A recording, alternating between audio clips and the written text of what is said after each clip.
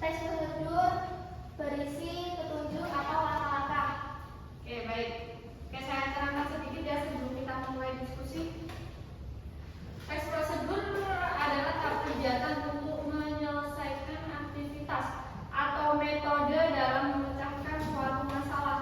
Sehingga teks prosedur adalah teks yang berisi cara membuat atau melakukan sesuatu dengan tahapan-tahapan yang terstruktur dalam kalimat imperatif berupa perintah.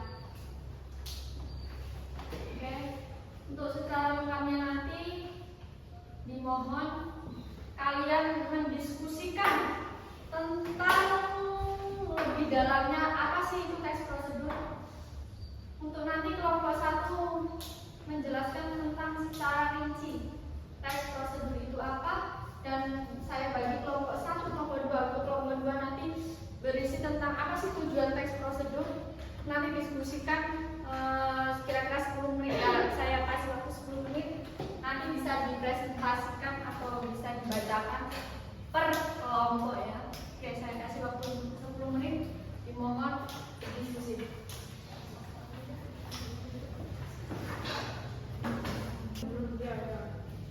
Oke, sudah selesai semuanya? Sudah siap membacakan untuk hasilnya? Kelompok 1 boleh dibacakan apa sih pengertian teks prosedur secara rinci? Pelan-pelan ya. Teks prosedur secara terperinci yakni secara keseluruhan teks prosedur berfungsi sebagai panduan praktis yang memudahkan pembaca mengikuti proses dengan benar dan mencapai hasil yang maksimal. Oke, bisa dimengerti untuk kelompok 2? Bisa. Oke. Untuk kelompok 2 hasilnya diskusinya boleh banget dibacakan. Tujuan utama teks prosedur adalah pemberian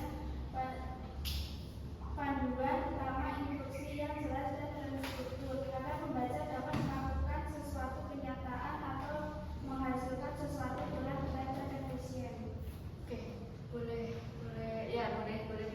Untuk kelompok 1 bisa dimengerti jawab hasil dari tujuan kelompok 2? Bisa. Oke, kalau sudah dimengerti, untuk tugasnya nanti per kelompok ya.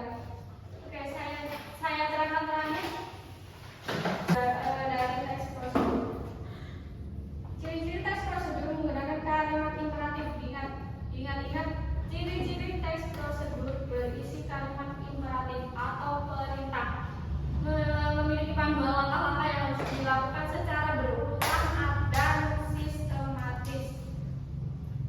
Untuk struktur yakni ada 5. Ingat-ingat sebelum mengerjakan tugas harus ada struktur di dalamnya. 1. Berisi judul yang biasanya menyatakan aktivitas atau kegiatan yang dilakukan. Yang kedua, berisi tentang tujuan yang menjelaskan hasil akhir yang ingin dicapai. Ketiga, berisi alat dan bahan. Daftar alat dan bahannya diperlukan dalam kegiatan boleh ada atau tidaknya. Keempat, langkah-langkah. Bagian utama yang berisi tahapan atau prosedur secara runtut dan logis. Terakhir, penutup.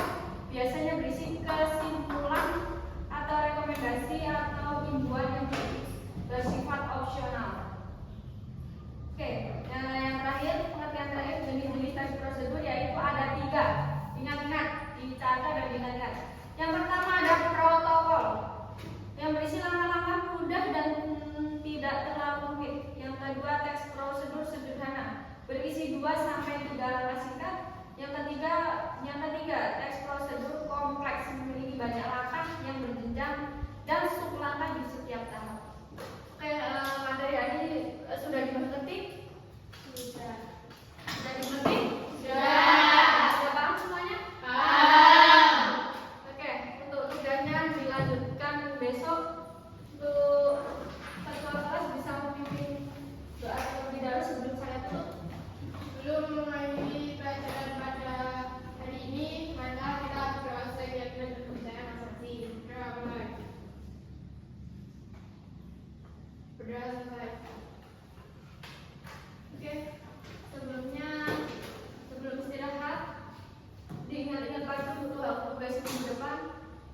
sebelum saya akhiri, mohon maaf